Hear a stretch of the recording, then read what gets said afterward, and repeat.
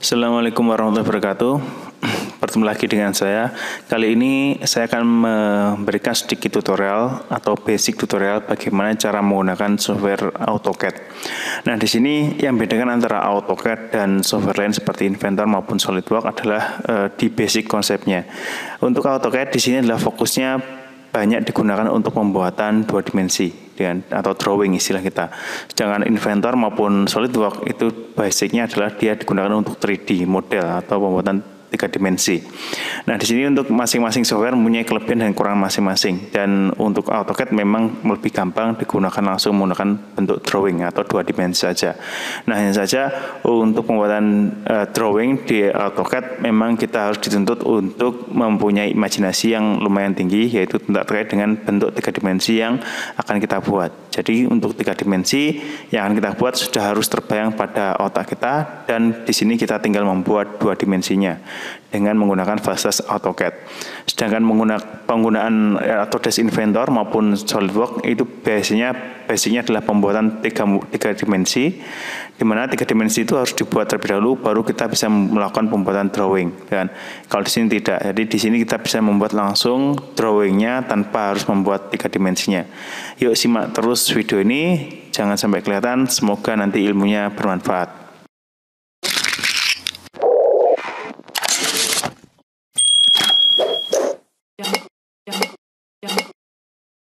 Nah, baik, untuk pembuatan dua dimensi, kita harus mempunyai imajinasi terlebih dahulu terkait dengan tiga dimensi yang harus kita buat. Nah, di sini akan saya perkenalkan sedikit toolnya terkait dengan software AutoCAD itu sendiri. Nah, di sini yang saya gunakan untuk AutoCAD adalah AutoCAD 2012, dan biasanya teman-teman ada yang menggunakan AutoCAD 2010 atau 2012 itu hampir sama, mirip. Untuk toolnya tempatnya hampir mirip. Cuma untuk AutoCAD di bawah 2010 itu dia agak sedikit berbeda, dan untuk toolnya kurang friendly atau kurang mudah untuk digunakan. Biasanya untuk 2010 sampai 2010 ke atas itu sudah gampang atau sudah mudah digunakan. Nah, yang perlu kita pahami terlebih dahulu untuk sebelum kita mengenal toolnya, di sini kita bisa menggunakan namanya komen atau komentar dan untuk memanggil seluruh perintah-perintahnya. Nah, di sini saya kenalkan terlebih dahulu adalah fasilitas di home ya. Di home di sini kita ada fasilitas namanya draw. Jadi draw ini adalah digunakan untuk menggambar ya, mulai lingkaran, line, circle, rectangle, dan lain-lain. Kemudian juga ada fasilitas modifikasi, dan modifikasi di sini itu gunanya untuk move, copy, stretch ya, rotate, mirror, scale, trim atau extend, fillet, chamfer, array itu ada di sini. Nah, di sini hampir mirip dengan fasilitas CAD yang ada di Inventor atau di SolidWorks, dan cuma ada sedikit berbeda ya, terutama ada istilah-istilahnya kadang. Nah, ini seperti ini ya, ada array ya. Di sini array itu adalah seperti kalau di AutoCAD itu adalah di Inventor atau di SolidWorks itu adalah pattern ya. Namanya pattern istilahnya. Kalau di sini namanya array. Dia ada rectangular array, ada polar array, dan ada patch array. Jadi sedikit berbeda istilahnya terutama di array dan pattern ya. Berbeda. Kemudian juga di sini ada offset. Itu juga ada di sini ya, mirip sekali dengan fasilitas yang ada di software lain. Nah, kemudian juga di sini ada annotation ya. Annotationnya itu adalah di sini ya. Ini biasanya kita bisa membuat teks ya, kemudian ada membuat ukuran ya, linear, length itu angular, dan lain-lain, radius, diameter, dan lain-lain. Nah, yang sedikit berbeda antara SolidWorks, Inventor, dan AutoCAD adalah di sini. Untuk SolidWorks, untuk fasilitas 3D-nya, biasanya untuk pembuatan sketching-nya, itu untuk fasilitas dimension itu bisa diatur, dan ukurannya bisa diatur, bisa diubah-ubah. Cuma kalau di sini untuk dimensinya atau annotation-nya ini tidak bisa diatur, sehingga di sini berfungsi hanya untuk penunjukan saja. Jadi ketika kita menunjukkan dia ukurannya 10 cm, maka kita tidak bisa mengubah-ubah itu. Mungkin secara ukuran bisa diubah 10 cm menjadi 20 cm, tapi secara gambar tidak bisa berubah. Jadi di sini sifatnya hanya seperti informatif saja dan di AutoCAD ini. Oke. Tuh. Makanya dari awal kita harus menggambar dengan ukuran yang benar terlebih dahulu. Nah, kemudian di sini yang berikutnya selain annotation yang sering digunakan juga ada fasilitas properties ya. Jadi di properties ini untuk pembuatan drawing itu dia sangat penting diperhatikan. Terutama adalah ketebalan dari garis itu sendiri. Jadi ketebalan garis itu bisa kita cek di sini, diperiksa di sini. Nah, kemudian juga untuk jenis garisnya. Jadi jenis garisnya atau tipe garisnya bisa diperiksa di sini seperti garis continuous, kemudian garis putus-putus, garis axis line itu kita bisa tambahkan di sini. Ini ada standarnya, ada jenisnya dan jenis garis-garisnya. Tergantung dari penggunaan nantinya. Karena di drawing kita harus memperhatikan jenis garis dan ketebalan garis. Baik dari garis dimensi maupun garis dari benda nyatanya. Nah, kemudian juga kalau ada pengen tambahan adalah measure ya. Measure ini bisa untuk mengecek ya, untuk mengecek ukuran ya. Ukuran berapa ukuran yang kita sedang gambar itu, dan radius, angle, area, distance dan lain-lain. Itu kita bisa ukur. Nah, ini ya, ini juga ada copy paste-nya ya. Copy paste-nya juga ada ya di sini. Copy dan paste-nya juga ada. Nah, kira-kira adalah di sini ya, menu utama yang sering kita gunakan untuk pembuatan drawing, dan nantinya pun ada heads ya. Heads itu adalah namanya potongan ya, area. Biasanya kita area ini kalau ada area potongan gitu, maka kita bisa arsir gitu, dan menggunakan proses heads ini. Oke, baik. Saya contohkan bagaimana cara pembuatan penggunaan dari masing-masing tool ini ya. Oke, umpamanya saya di sini akan menggambar untuk satu benda atau tabung begitu, tabung yang berlubang atau pipa yang berlubang dengan ketebalan tertentu dari tampak depan dan dari tampak samping. Oke. Contohnya adalah saya bisa menggunakan di sini tool yang namanya dari tampak depan adalah rectangle ya. Rectangle ini kalau kita klik ya, itu ada rectangle dan polygon. Saya menggunakan rectangle saja, kita klik satu kali. Kemudian kita bisa tempatkan rectangle ini di sembarang tempat ya, umpamanya di sini. Dan di sini ada terutama ada di specify first corner. Nah, specify first corner itu bisa main koordinat. Dan kalau ini adalah sumbu X-nya ya, sumbu X-nya adalah ke sana, sumbu Y-nya adalah ke atas, itu kita bisa masukkan nilainya. Umpamanya saya masukkan pengen start dari nilai 1, saya ketikkan 1 di sumbu X-nya, kemudian saya tab gitu kan, kemudian saya klikkan 1 lagi di sumbu Y-nya. Kemudian saya enter. Nah, ini adalah startnya dari sini ya. Ini adalah startnya. Startnya dari sini. Dan dari atas ini itulah startnya 1,1. Nah, kemudian saya pengen panjangnya adalah umpamanya sumbu X-nya itu adalah di sini umpamanya saya buat 5 begitu panjangnya. Kemudian untuk tingginya atau sumbu Y-nya kita buat 2,5 semacam ini. Oke, saya enter aja. Nah, maka hasilnya adalah semacam ini kalau kita hasilnya. Ini adalah panjang 5, diameter 2,5. Nah, ini kalau kita lihat tabung dari tampak depan terlebih dahulu. Oke, kemudian bagaimana dari tampak samping? Nah, tampak samping saya bisa membuat lingkaran karena dari tabung itu bentuknya lingkaran, maka saya bisa membuat lingkaran. Kalau saya di sini saya akan contohkan bagaimana menggunakan komen, sekalian menggunakan komen. Ya. Tadi saya menggunakan namanya rectangle di sini ya. Ini ada rectangle, untuk komennya namanya rectang ya, rectang. Kalau kita lihat di bawah itu adalah namanya rectang dan komennya. Ya. Kita bisa cek bagaimana dengan circle. Circle itu adalah kalau kita mulai circle namanya circle juga. Ya. Jadi ini komennya adalah namanya circle. Oke, saya langsung menggunakan komen saja. Caranya bagaimana? Caranya adalah kita jangan sampai ada tool yang kita gunakan atau aktif tool ya. Jadi kita klik tombol escape terlebih dahulu agar nanti tool yang kita gunakan sebelumnya tidak ikut digunakan. Di kondisinya harus kursor itu bebas terlebih dahulu. Nah, kemudian kita bisa langsung komen di kolom komen di sini. Sini itu kita bisa ketikkan circle, maka dia akan langsung muncul. Nah, jika sudah semacam ini kita enter saja. Kemudian kita bisa klik lingkaran dengan di sini adalah radius ya, radius dengan radius karena 2,5 diameternya, maka kita bisa bagi 2 adalah 1,25 ya. Jadi setengah 1,25 semacam ini radiusnya. Kita klik enter aja. Nah, semacam ini. Ini adalah radiusnya 1,25 dengan diameter 2,5.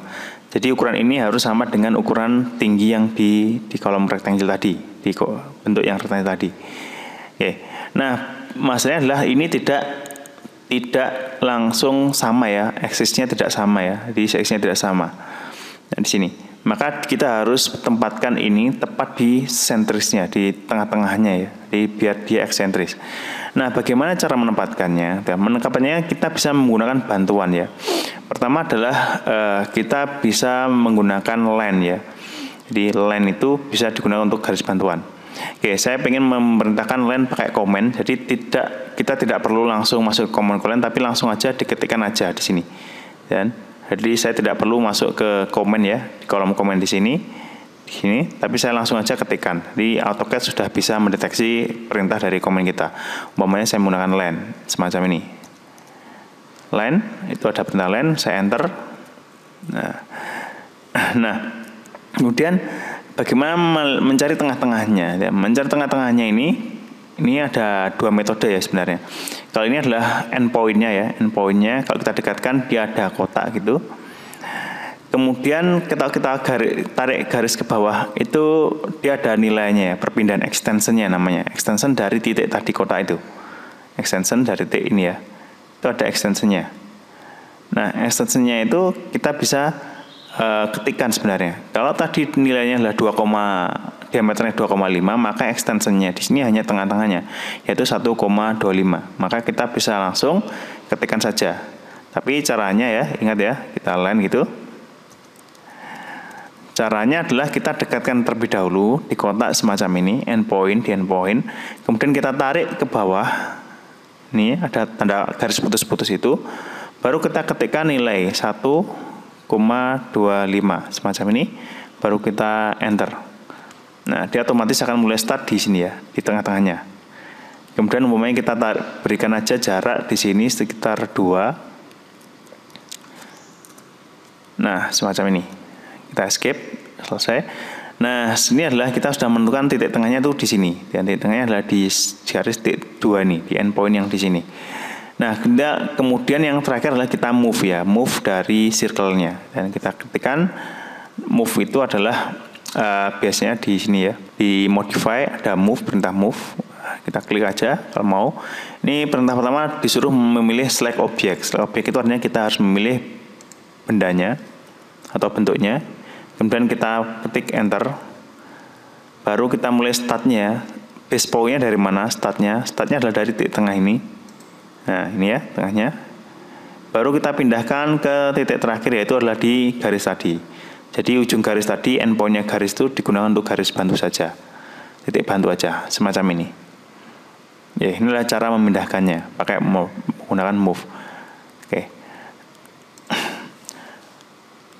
Atau yang kedua caranya adalah untuk line tadi. Saya hapus saja. Pokoknya saya move ya.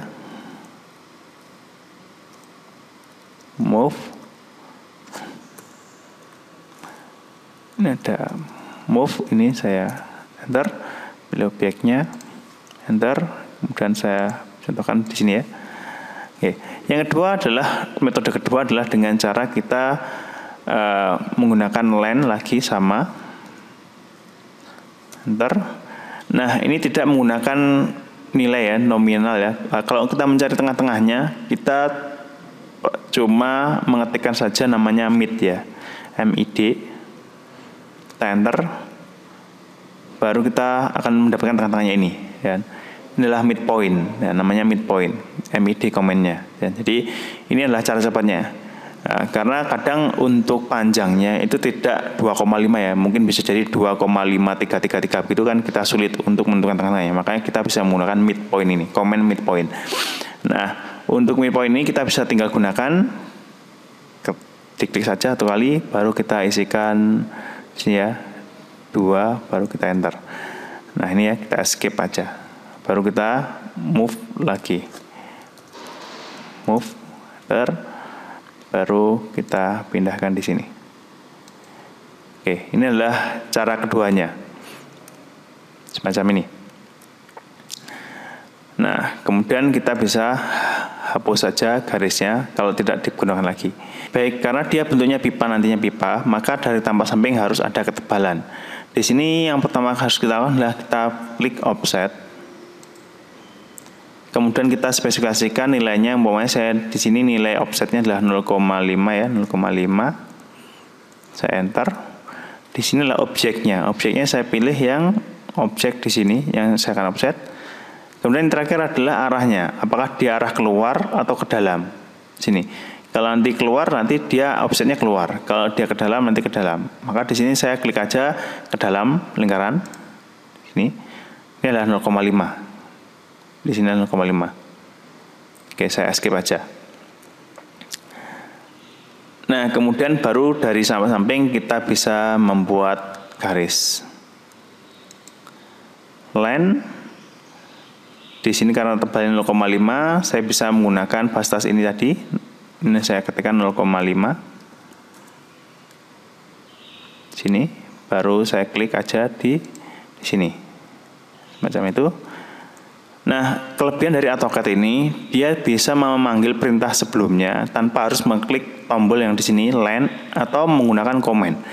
Jadi untuk perintah yang sebelumnya kita gunakan, itu kita bisa panggil langsung dengan menggunakan tombol enter. Jadi tinggal ketikkan enter, maka dia akan manggil line lagi, perintah line. Jadi itu sifatnya di AutoCAD. Di sini ya, sama. Ya. Kita 0,5, baru kita masuk ke sana. Oke, kita escape. Nah, ini adalah bentuk ya. Jadi ini adalah bentuk pipa dari tampak depan dan pipa dari tampak samping. Nah, langkah berikutnya apa? Setelah kita membuat benda-benda yang semacam ini, maka langkah berikutnya harus kita editing namanya. Jadi perhalus gambarnya. Karena ukuran garisnya belum benar, kemudian eksis lainnya belum ada, tipe garisnya belum benar juga, maka langkah berikutnya adalah kita lakukan editing. Jadi ini langkah pertamanya kita menggambar terlebih dahulu, kemudian yang berikutnya adalah melakukan editing. Nah, sekian cara penggunaan tool-tool yang ada di AutoCAD. Semoga ilmu bermanfaat. Jangan lupa ikuti terus video ini sampai kita melakukan editing dan mempersiapkan gambar dengan baik dan benar. Sekian, wassalamualaikum warahmatullahi wabarakatuh.